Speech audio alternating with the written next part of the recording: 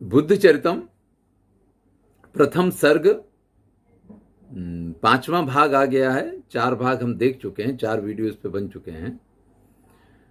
कल हमने 52वां श्लोक देखा था कि किस प्रकार से जो असित नाम के मुनि आए हैं, महाराज शाक्य वंशीय शुद्धोधन ने उनका पाद्यर्घ पूर्वक स्वागत किया है। बहुत सुंदर उपमा दी कि जैसे वशिष्ठ के आगमन पर अंत्यदेव ने उनका स्वागत किया था, इसी प्रकार से यहाँ पे उन महर्षि असित जो हैं उनकी उपचार पूर्वक आमंत्रण दिया गया है, उनको बुलाया गया है, यानी उनका पूजन किया गया है। धन्योऽस्म्यनुग्राह्यमिदं कुलं मे यन्मां दृदृक्षुर भगवानुपेतः आज्ञाप्यतां किम करवाणि सौम्य शिष्योऽस्मि विस्रम्भितुमर्हसीति।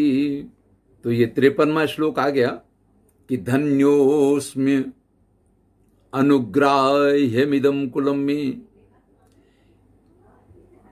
मैं धन्य हूं आपके इस अनुग्रह से, आपकी इस कृपा से। यन्माम दृदृक्षु भगवान उपेतः, जो आप स्वयं हमारे यहां पधारे। कहा तो यह है कि दृदृक्षु देखने के लिए आप यहां आए हैं। आज्ञाप्यताम किम करवाणि सौम्य, आज्ञा दीजिए हम आपके लिए क्या करें। शिष्योस्मि, मैं आपका शिष्य हूं। विश्रम्भितुमर्हसीति, आप इस बात का संपूर्ण रूप से विश्वास रखिए। देखिए कई बार क्या होता है कि कोई किसी के यहां आए तो सामने वाले को ऐसा लगता है कि जैसे वो बहुत बड़ा उपकार कर रहा उसके ऊपर, कि आप हमारे यहां आए, हमने आपका स्वागत किया, बहुत बड़ा उपकार आपके ऊपर किया है। लेकिन ऐसा नहीं है। जब कोई अतिथि आता तो अतिथि देवो भव कहा जाता है, और देव का अर्थ ये होता है कि अगर कोई देव आपके घर पे आ गया है तो आपका सौभाग्य, उसका सौभाग्य नहीं। तो यहां प्राचीन भारतीय संस्कृति का आपको झलक मिलती है। वो ये कहते हैं कि आप बिल्कुल विश्वास रखिए, मैं आपका शिष्य हूं। इसी प्रकार से आप हमें कोई भी आज्ञा दे सकते हैं। आज्ञाप्यताम किम करवाणि, मैं क्या करूं, मुझे आज्ञा दीजिए। अब हर किसी को तो आज्ञा नहीं दी जा सकती है, इसलिए वो कह रहे हैं कि आप विस्रम्भितुम अर्हति, आप इस चीज का विश्वास कर सकते हैं कि शिष्योस्मि, मैं आपका शिष्य हूं।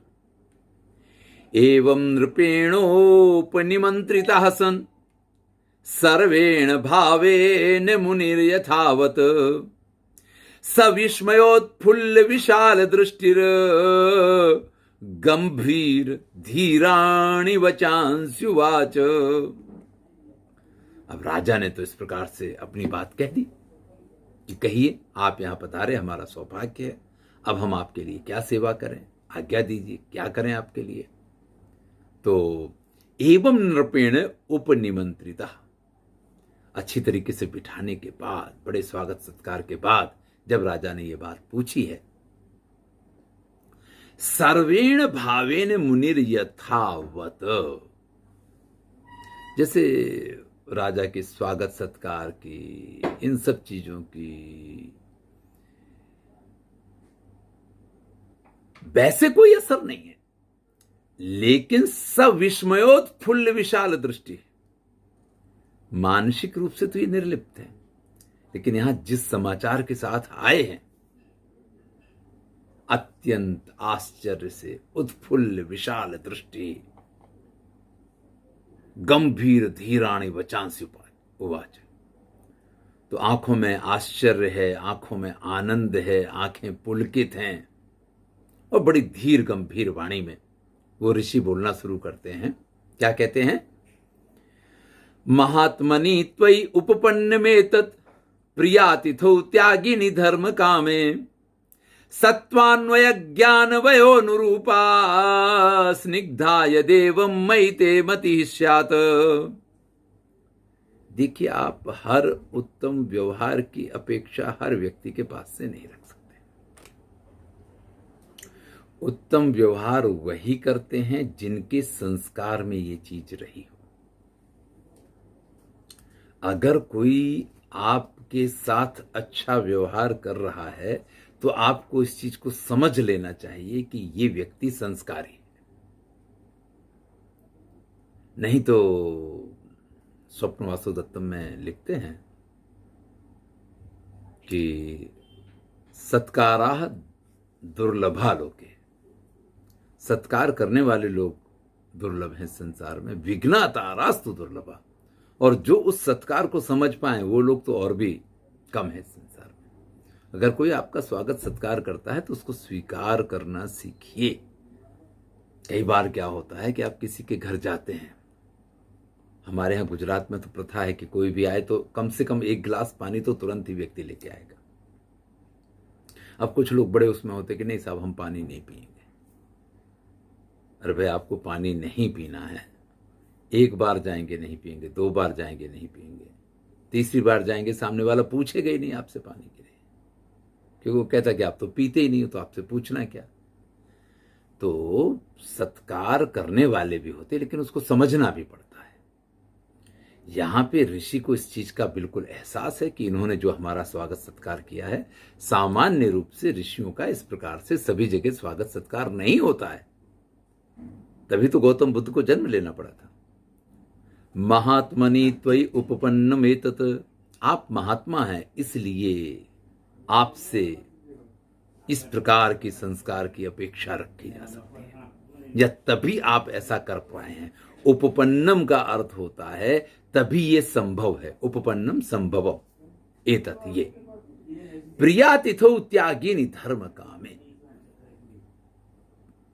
क्योंकि कोई अतिथि आए हैं, उसके प्रति इस प्रकार का मान, इस प्रकार का सम्मान, इस प्रकार की भावनाएं, ये जो आप दिखा रहे हैं ना मेरे प्रति, ये महात्मा ने, आप जैसे महात्मा से ही ये संभव है। उत्पन्न में सत्वान्वय ज्ञान वयोनुरूपा, भाई ये क्यों आपको प्राप्त है? ये सत्व है, अन्वय यानी आपके वंश की परंपरा है, और उसी हिसाब से आपका उम्र और आपका ज्ञान उसके अनुरूप है। देखिए, कुछ चीजें ऐसी होती हैं, आप कहें कि गंभीरता बचपन में आ जाए, तो अगर आ गई तो गलत है। बचपन में चंचलता ही जरूरी है, और वृद्धावस्था में गंभीरता जरूर, प्रौढ़ावस्था में गंभीरता। इसीलिए उस अवस्था को प्रौढ़ कहा जाता है कि जहां व्यक्ति आकर के प्रौढ़ हो जाए। तो प्रौढ़ावस्था में गंभीरता जरूरी है, ऐसे बाल्यावस्था में चंचलता जरूरी है। युवानी में कर्मठता बहुत जरूरी है। अगर आप कर्मनिष्ठ नहीं है, अगर आप कर्मठ नहीं है, तो आप संसार में सिद्धियां नहीं प्राप्त कर सकते हैं। लेकिन ये सारी चीजें क्या होती हैं? व्यक्ति के सत्व यानी कि उसके संस्कारों पर, उसके अन्वय यानी उसकी वंश परंपरा, ये दोनों चीजें इसमें काम करती हैं। व्यक्ति के जिन्स भी उसमें काम करते हैं और व्यक्ति के संस्कार भी उसमें काम करते हैं। तो सत्वान्वय यानी सत्व और अन्वय यानी कि वंश परंपरा, ज्ञान वयोनुरूपा, और वय के अनुसार आपका ज्ञान, स्निग्धा यदेवं मयि ते मतिः स्यात्, जो आपका इस प्रकार का स्निग्ध स्नेहपूर्ण स्वभाव है, मेरा ये मानना है कि ये हर किसी को प्राप्त नहीं है। हर किसी के बस का ही नहीं है कि वो इतने प्रेम और इतने आदर और इतने सम्मान के साथ किसी अतिथि का इस प्रकार से स्वागत करे। जिस प्रकार से आपने स्वागत किया है, आप महान हैं, तभी आप ऐसा कर सकते हैं। और ये महानता आपको अपने आप नहीं प्राप्त हुई है, आपका वंश ऐसा है, आपका कुल ऐसा है, आपकी जीन्स ऐसे हैं, आपकी पारिवारिक परंपरा ऐसी है, और आपकी इस प्रकार की जो उम्र है इस समय, ये सब चीजें मिलकर के आपको इस प्रकार से श्रेष्ठ बनाती हैं। चलिए, एतच्च तद्ये नृपर्षयस्ते धर्मेण सूक्ष्मेण धनान्यवाप्य नित्यम त्यजंतो विधिवद बभूवु तपो विराढ्यो विभवै दरिद्राः। भैया ये परंपरा जो है ना, ये सूर्यवंशियों की परंपरा बनी रही है। ये भी सूर्यवंशी है। क्या परंपरा रही है? एतच्च तत ये न, ये वो परंपरा है जिससे कि नृपर्षयस्ते, जो राजर्षि लोग हुए हैं, सूक्ष्मेण धर्मेण, अत्यंत सूक्ष्म धर्म पूर्वक धनान्य अवाप्य, धनों का संचय किया करते थे। ये शाक्यवंशी शुद्धोधन जो सूर्यवंशी हैं, इक्ष्वाकुवंशी हैं, जैसा कि सबसे पहले श्लोक में कहा गया था, उनकी वंश की परंपरा का वर्णन असित मुनि करते हुए कहते हैं एतच्च तद, ये वही परंपरा है, आपका ये वही स्वभाव है जो ऊपर कहा ना कि आपके कुल की हिसाब से आप ये व्यवहार कर रहे हैं, तो उस कुल की बात कर रहे हैं, उस वंश की बात कर रहे हैं। क्या होता था इस वंश में? नृपर्षयः, यानी नृप ऋषया जो राजर्षि हुआ करते थे, सूक्ष्मेण धर्मेण, सूक्ष्म धर्म के द्वारा धनानि अवाप्य, धन का अर्जन किया करते थे। नित्यम त्यजंतो विधिवत बभूवु, और फिर दान दक्षिणा इत्यादि में उसका परित्याग कर दिया करते थे।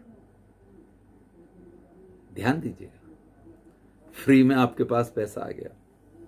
मैंने एक बार आपसे कहा था कि कहीं कोई रुपए पैसे पड़े मिल जाए तो उसको अपने उपयोग में नहीं लेना चाहिए, उसको दान में कहीं किसी को दे दीजिए, कुछ भी कर दीजिए, मंदिर के दान पात्र में डाल दीजिए, किसी विद्यार्थी की फीस में, अपने ऊपर खर्च मत कीजिए। विचार कीजिए कि पड़ा हुआ पैसा अगर हमें मिल गया है, वो भी अगर हम खर्च ना करें, वो भी हमें किसी के लिए लगाना पड़े, तो भी मन को ऐसा लगता है अरे मिले हमें तो अधिकार तो हमारा है, किसी को क्यों हम दे दें। व्यक्ति ऐसे सोचता है। और जिसने खूब मेहनत करके, खूब सूक्ष्मेण धर्मेण, सूक्ष्मता पूर्वक धर्म का अनुसरण करते हुए धनानि अवाप्य, जिस धन का संचय किया हो, त्यजंतो, उसका त्याग करना, उसको दान में दे देना। भले भरतहरि लिखते हैं कि दानम भोगो नासा त्रिस्रुर गतिर्भवित वित्तस्य, दान भोग नाश, ये तीन ही गतियां हैं पैसे की। लेकिन उन्होंने क्या लिखा है? दानम भोगो नाशा। वो नाश को बाद में रखते हैं, भोग को बीच में रखते हैं, पहले दान को रखते हैं। व्यक्ति क्या कहता है? भोगो नाशम दाना, हम भोग कर लेंगे, नहीं तो भले नष्ट हो जाए। अब जब बिल्कुल ये पता चले अरे ये तो नोट बिल्कुल फटी हुई है, बेकार हो गए, उनने कहा तो इसको दान पात्र में डाल के, मंदिर में दान पात्र में डाला, तब हम उसका दान कर लेंगे। जो नष्ट हो जाए, जब ये पता चलता है ना कि हमारा इतना पैसा डूबने वाला, तो कहते हे भगवान, वो हमें अगर वापस मिल जाए तो इतना हम आपके मंदिर में चढ़ा के आ जाएंगे। इस प्रकार से लोग बाग दान करते हैं।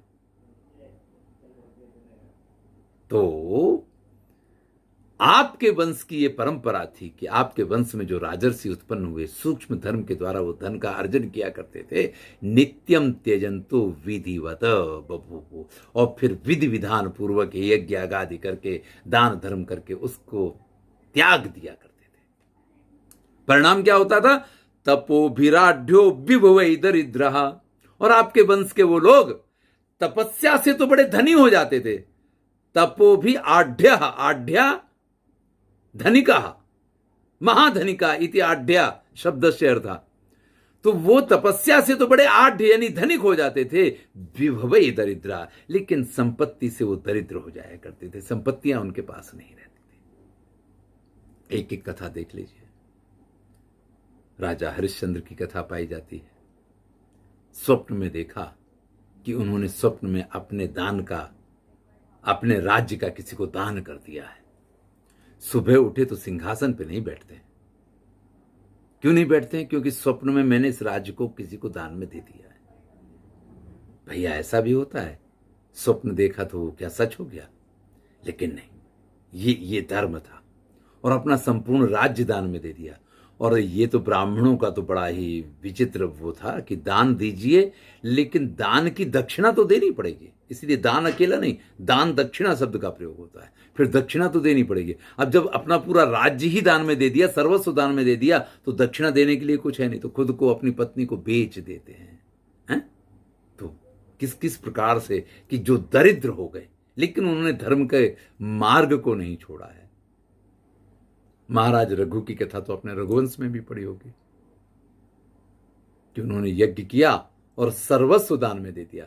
जब कौत्स नाम के शिष्य आते हैं उनके पास और उन्होंने देखा कि अरे इनके पास तो खुद ही कुछ नहीं है, मिट्टी के बर्तन में भोजन कर रहे हैं, तो बेचारे वापस जाने लग जाते हैं। तो कहते क्या बात है? तो वो कथा से आप परिचित हैं, रघुवंश की कथा से। तो रघुवंशी तो सभी राजा ऐसे हुए हैं जो बड़ी मेहनत करके सूक्ष्म धर्म के द्वारा धन का अर्जन किया करते थे और फिर विधि विधान पूर्वक उसको दान में दे करके तपस्या से धनी हो जाते थे और वैभव से दरिद्र हो जाया करते थे। आप भी उसी वंश परंपरा में आए हैं, ये इसका अर्थ है। प्रयोजनम यत्तु ममोपयाने तन्मे शृणु प्रीतिमुपैहि च त्वं दिव्या मयादित्यपये श्रुतावाग बोधाय जातस्तनयस्तवेति।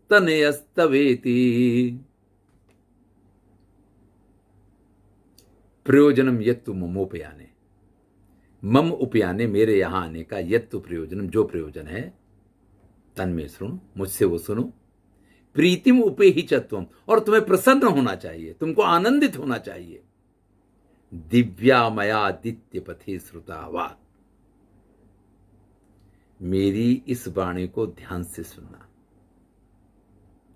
क्योंकि मैंने दिव्यमय आदित्य पथे श्रुता, इस वाणी को मैंने दिव्य सूर्य मार्ग से सुना है, यानी आकाशवाणी के माध्यम से या दिव्य सूर्य मार्ग की दृष्टि के द्वारा मैंने इस बात को सुना है। किस बात को सुना है? जो मैं तुमसे कहने जा रहा हूं, इसलिए ध्यान से सुनना।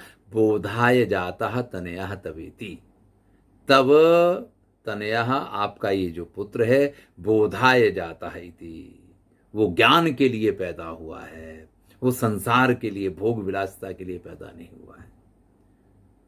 वो किसके लिए उत्पन्न हुआ है? बोधाय, ज्ञान प्राप्ति के लिए उत्पन्न हुआ है। तो असित कहते हैं अब आप हमारे प्रयोजन को ध्यान से सुनिए। मैं यहां किस लिए आया हूं और मेरी बात सुनकर के आपको प्रसन्न होना चाहिए। क्या प्रसन्नता का समाचार है? कि मैंने आदित्य के दिव्य मार्ग से ये बात सुनी है कि आपके यहां जो पुत्र उत्पन्न हुआ है, बोधाय जाता, उसका जन्म ज्ञान प्राप्ति के लिए हुआ है। श्रुत्वा वचस्तच्च मनश्च युक्ता, श्रुत्वा वचस्तच्च मनश्च युक्त्वा ज्ञात्वा निमित्तैश्च ततोऽस्म्युपेतः दिदृक्षया शाक्यकुलध्वजस्य शक्रध्वजस्येव समुच्छ्रितस्य।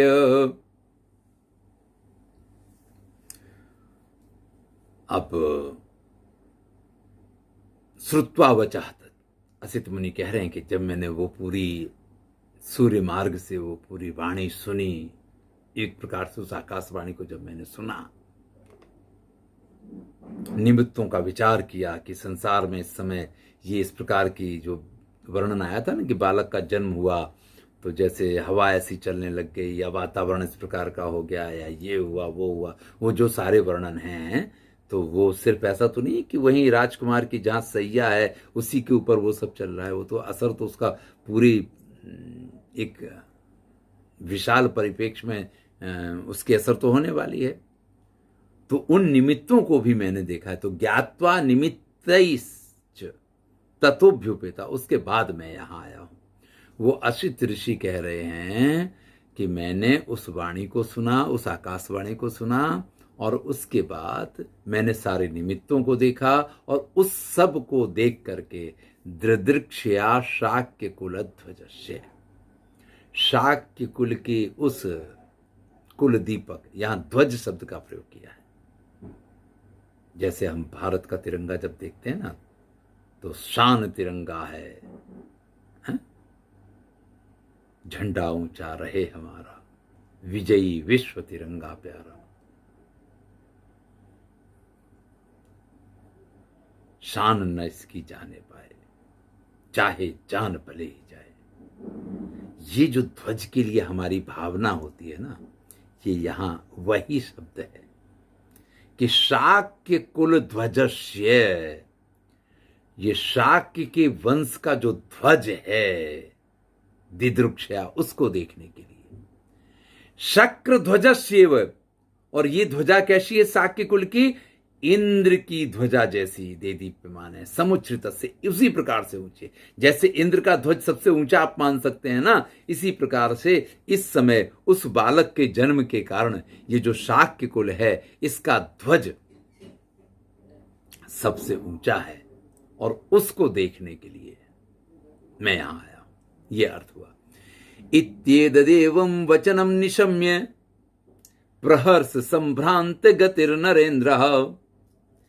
इत्येतदेवं वचनं निशम्य प्रहर्ष संभ्रांत गतिर्नरेन्द्रः। आदाय धात्रांक गतं कुमारं संदर्शयामास तपोधनाय। अश्वघोष कविता कम करते हैं, स्टोरी ज्यादा चलती है, काव्य तत्व कम रहते हैं, और इसमें जो है आपको जिसको कथा वस्तु कहते हैं ना, वो ज्यादा पाया जाता है। देखिए क्यों वर्क नहीं कर रहा। तो इत्येतदेवं वचनं निशम्य, इस प्रकार से उन ऋषि के द्वारा कही हुई वाणी को सुनकर के प्रहर्ष संभ्रांत गति नरेंद्र, वो राजा जो है अत्यंत प्रसन्न होते हैं, आनंदित होते हैं। संभ्रांत, संभ्रांत का अर्थ है, एक शब्द आता है आपने सुना हो, किंग कर्तव्य विमूढ़। तो व्यक्ति को समझ में नहीं आता कि इसको क्या करना चाहिए क्या नहीं करना चाहिए। किम कर्तव्यम विमूढ़ा या भवति सा किंग कर्तव्य विमूढ़। उसको क्या करना है, जब उसको ये समझ में नहीं आया तो उसको किंग कर्तव्य विमूढ़ कहते हैं। यहां वो अर्थ नहीं है, यहां इसका अर्थ ये है संभ्रांता, ये कर लें वो कर लें, बड़ी जल्दी जल्दी। एक तरफ ऋषि के दर्शन और ऋषि आ गए, उनका आदर सत्कार हो गया। ऋषि ने जब ये कहा तो उनको ये लगा कि ऋषि को जरा सी भी देर ना हो जाए, जल्दी से जल्दी पुत्र उनके पास पहुंच जाना चाहिए। इतने सम्मानित, इतने तेजस्वी, इतने ज्ञानवान ऋषि अगर मेरे पुत्र के दर्शन करने के लिए आए हैं तो अब उसमें बिल्कुल भी देरी नहीं हुई। इसलिए संभ्रांत शब्द का प्रयोग किया है। प्रहर्षः संभ्रांतः गतिर नरेंद्र, इस प्रकार की उनकी गति हुई है। आदाय धात्रांक गतम कुमारम, धात्री यानी जो धाय मां है उसकी गोद में जो वो बालक था, उससे आदाय यानी ग्रहित्वा लेकर के संदर्शयामास तपोधनाय, उन तपोधन महर्षि असित को दिखाते हैं, दर्शन करवाते हैं। चक्रांक पादम सततो महर्षि जालावनद्धांगुलिपाणिपादम, सुवर्णभ्रुवं वारणवस्तिकोशं सविस्मयं राज्यसुतं ददर्श। देखिए सामुद्रिक शास्त्र के हिसाब से व्यक्ति को देख के उसके गुण धर्मों का पता चल जाता है। हाथ की रेखाएं हैं, पैरों की रेखाएं हैं, शारीरिक संरचना है, उसका मस्तक है, उसकी आंखें हैं, उसकी नाक है, यहां तक कि व्यक्ति के होठ भी, व्यक्ति के गाल भी, पेट पे पड़ने वाली त्रिवली की रेखाएं भी, यानी अंग प्रत्यंग, कोई भी अंग हो, अंग विशेष के अनुसार ये पता चल सकता है कि व्यक्ति वास्तव में कैसा है। ये जरूरी नहीं कि संपूर्ण व्यक्ति का ही निरीक्षण किया जाए। आप संपूर्ण व्यक्ति का निरीक्षण तो कभी कर ही नहीं सकते हैं। वस्त्रोपहिता ही होता है, सब लोग कपड़े पहने हुए रहते हैं, तो आप सब कुछ तो नहीं देख सकते ना व्यक्ति का। आपकी इच्छा हो रही कि उसके पेट की रेखाएं देखनी, लेकिन उसने पेट के ऊपर वस्त्र ढक रखा है, तो आप उस चीज को नहीं देख सकते हैं। तो अगर आपको वही शास्त्र का ज्ञान है तो आप नहीं जान सकते हैं। देखिए, कालिदास ने भी कुमार संभव में वर्णन किया है कि किस प्रकार से वो जो पानी की बूंद है पार्वती के मस्तक से चली और किस प्रकार से उसने पूरी यात्रा की है। तो वहां पे भी सामुद्रिक शास्त्र कुछ नियमों का वर्णन आया है। चलिए यहां देखते हैं। चक्रांक पादम, पैर में चक्र बना हुआ है। ततो महर्षि जाला वनद्धांग गुली पाणे पादम, और हाथ और पैर, इनकी सभी उंगली वगैरह जो हैं, उनकी सारे चिन्ह देखते हैं, उनके जो जाल हैं उनमें जो कुछ बना हुआ है। अब आप सब तो संस्कृत के विद्यार्थियों को तो ये सारी चीजें बचपन से पता रहती हैं। आप अगर देखें तो उंगली का ये अग्रभाग जो होता है, यहाँ पे या तो शंख का निशान होता है या चक्र का निशान होता है। चक्र का निशान होगा तो इस प्रकार से पूरा पूरा गोल होगा, और शंख का निशान होगा तो थोड़ा होकर के ऐसे लंबा हो जाएगा, थोड़ा ऐसे होकर के थोड़ा सा नीचे को लंबा हो जाएगा। अब शंख है या चक्र है, इसके अनुसार अगर किसी व्यक्ति के हाथ में सारे शंख हों, चक्र ना हो, तो वो श्रेष्ठ है, और किसी व्यक्ति के हाथ में सारे चक्र हों, शंख ना हो, तो वो भी श्रेष्ठ है। लेकिन किसी के हाथ में शंख हो, चक्र हो, शंख हो, चक्र हो, तो कौन सी उंगली में शंख है, कौन सी उंगली में चक्र है? अरे भाई, इतनी सारी चीजें, ज्ञान का तो भंडार है। आपको किस किस चीज का ज्ञान प्राप्त करेंगे? किसी भी एक क्षेत्र में चले जाइए, वही अच्छा है, उसके डॉक्टर हो जाइए। नहीं तो अगर सभी क्षेत्रों में जाएंगे तो बड़ी समस्या हो जाएगी। यहाँ ऋषिवर ने सारे उनके अंग प्रत्यंगों को इनको देखा है। सोर्ण भ्रुवम, भवों की बात कर रहे हैं। वारण वस्ति कोशम, जैसे हाथी होता है इस प्रकार के छोटे अंडकोश हैं। देखिए, ये जो जननेंद्रिय होती है इसमें अंडकोश छोटा होना ये श्रेष्ठता की निशानी है, उस चीज का यहाँ पे उल्लेख है। सभी स्वयं राजसुतम तदर से, इस प्रकार के लक्षणों से युक्त उस राजा के पुत्र को उन्होंने, ऋषि ने ददर्श देखा, उसके दर्शन किए हैं। धात्र्यंक संविष्ट भवे चैनम, देव्यंक संविष्टमिवाग्निसूनुम, बभूव पक्ष्मांत विचंचिताश्रु, निस्वस्य चैव त्रिदिवोन्मुखो भूत।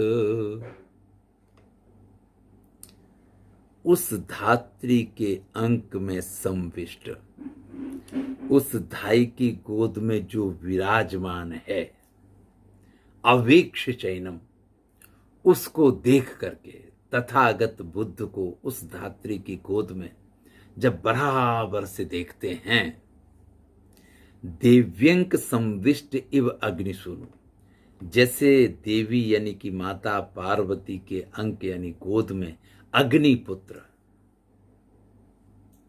देखिए, कार्तिकेय को अग्निपुत्र कहा जाता है। आपको कथा मालूम होगी, नहीं मालूम है तो वाल्मीकि रामायण में कार्तिकेय के जन्म की कथा है, उसको ध्यान से अगर आप सुनेंगे तो आपको बहुत सारी चीजें मालूम पड़ेंगी। तो इनको अग्निपुत्र कहा गया है।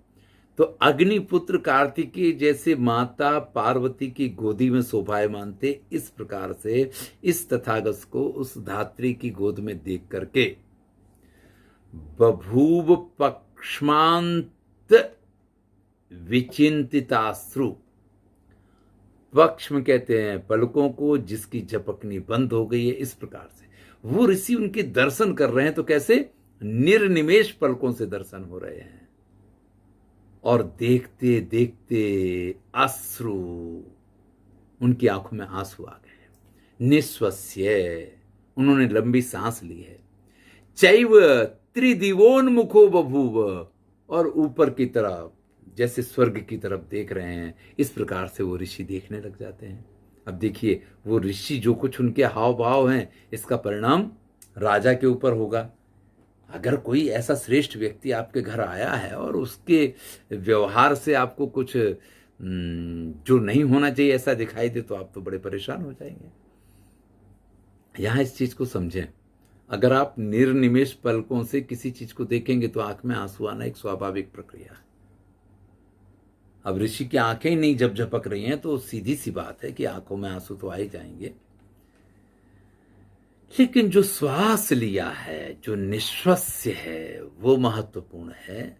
और बालक को देखने के बाद जिस प्रकार से उन गीली गीली आंखों से आकाश की तरफ देखते हैं, दृष्ट्वासितम त्वश्रु परिप्लुताक्षम स्नेहात् तनुजस्य नृपश्च कंपे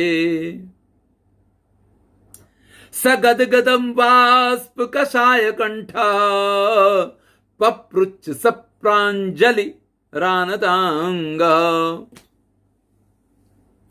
दृष्टवा, देख करके, क्या देख रहे हैं? असितम, उन असित महाराज को, अश्रु परिप्लुताक्षम, जिनकी आंखों में आंसू भर गए हैं।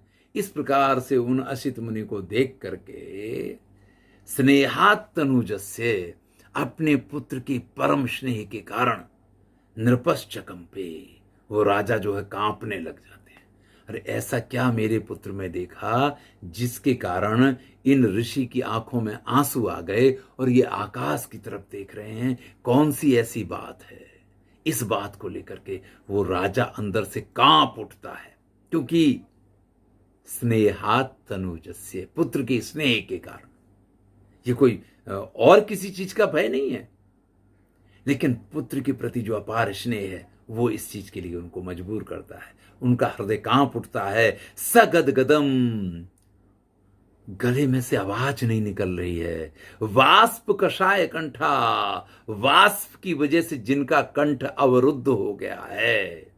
पपृच्छे, पूछते हैं। सप्रांजलि, हाथ जोड़ करके और अवनतंगा, सिर झुका करके उन असित मुनि से पूछ रहे हैं वो राजा। क्या पूछते हैं? अल्पांतरम यस्य वपुः सुरेभ्यो बहुवद्भुतम यस्य च जन्म दीप्तम तस्योत्तमं भाविनमाथ चार्थम तम प्रेक्ष्य कस्मात् तव धीरवास्पा। अल्पांतरम यस्य वपुः सुरेभ्यो, भाई पुत्र जिस प्रकार से देदीप्यमान है तो देवताओं से उसके शरीर में बहुत बड़ा अंतर नहीं है, बिल्कुल देवतुल्य दिखाई देता है तथागत बुद्ध। और अद्भुत तरीके से उसका जन्म हुआ है। अद्भुत, उसमें जो दीप्तम यानी जो उसकी चमक है वो अद्भुत है। और इन सब के होने के बाद तस्योत्तमम भाविनमाथ चार्थम, और जो पंडित लोग आए थे उन्होंने भी उनके बारे में यही कहा है कि उत्तम उसका भविष्य है। तम प्रेक्ष्य, उसको देख करके, कस्मात् तव धीर बाष्प, आप जैसे धैर्यशाली के मन में, आपकी आंखों में ये आंसू क्यों आ गए हैं? महाराज मुझे बताइए। ये बालक देदीप्यमान है, देवताओं के तुल्य दिखाई, मतलब और सारी बातें ठीक है, लेकिन उसको देख करके आपकी आंखों में आंसू क्यों आ गए? ये पूछते हैं। अपि स्थिरायुर भगवन कुमारा, हे भगवान, ये कुमार, देखिए सबसे पहली चिंता जो होती है वो क्या है? स्थिरायुर भगवन, इसकी आयु स्थिर तो है, ऐसा तो नहीं कि थोड़े दिन के लिए आया हो। कश्चिन्न शोकाय मम प्रसूता, ऐसा तो नहीं मुझे दुखी करने के लिए पैदा हुआ हो। एक कथा आती है, मैं मोह संवरण नहीं कर पाता हूं, कई बार कथा कहने का मन हुआ है। तो एक कथा इस प्रकार की आती है, एक सेठ ने, उसके यहाँ एक नौकर था, उसको बड़ा परेशान किया, हर बात पे मारा करता था, हर बात पे परेशान किया करता था। अब यहां तक की स्थिति आई कि एक दिन तो उसने कुछ आरोप इस प्रकार का लगाया और व्यवहार ऐसा किया कि वो बेचारा मर गया। उसके मन में बड़ा था कि मुझे सेठ के साथ बदला लेना है। अब उसका जन्म होता है तो उस सेठ के यहां पुत्र के रूप में वो जन्म लेता है, और पुत्र के रूप में जन्म लेने के बाद सेठ को बड़ा प्यार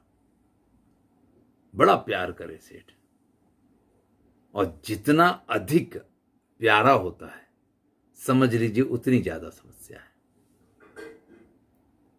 अंत में वो पुत्र के रूप में जन्मा हुआ नौकर वहां पे भी मर जाता है और फिर सेठ को दुखी करता है। यही बात यहां पे कही गई है, कश्चिन्न शोकाय मम प्रसूता। ये कहीं मुझको दुख देने के लिए तो पैदा नहीं हुआ मेरे यहां।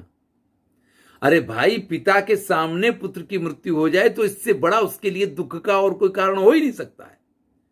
तो इसकी आयुष्य लंबी तो है, ऐसा तो नहीं कि मुझे दुखी करने के लिए पैदा हुआ हो, कि कल मेरे सामने ही मुझे अगर इसको कंधा देना पड़े, तो इससे बड़ा पिता के लिए और कोई दुख का कारण नहीं हो सकता है।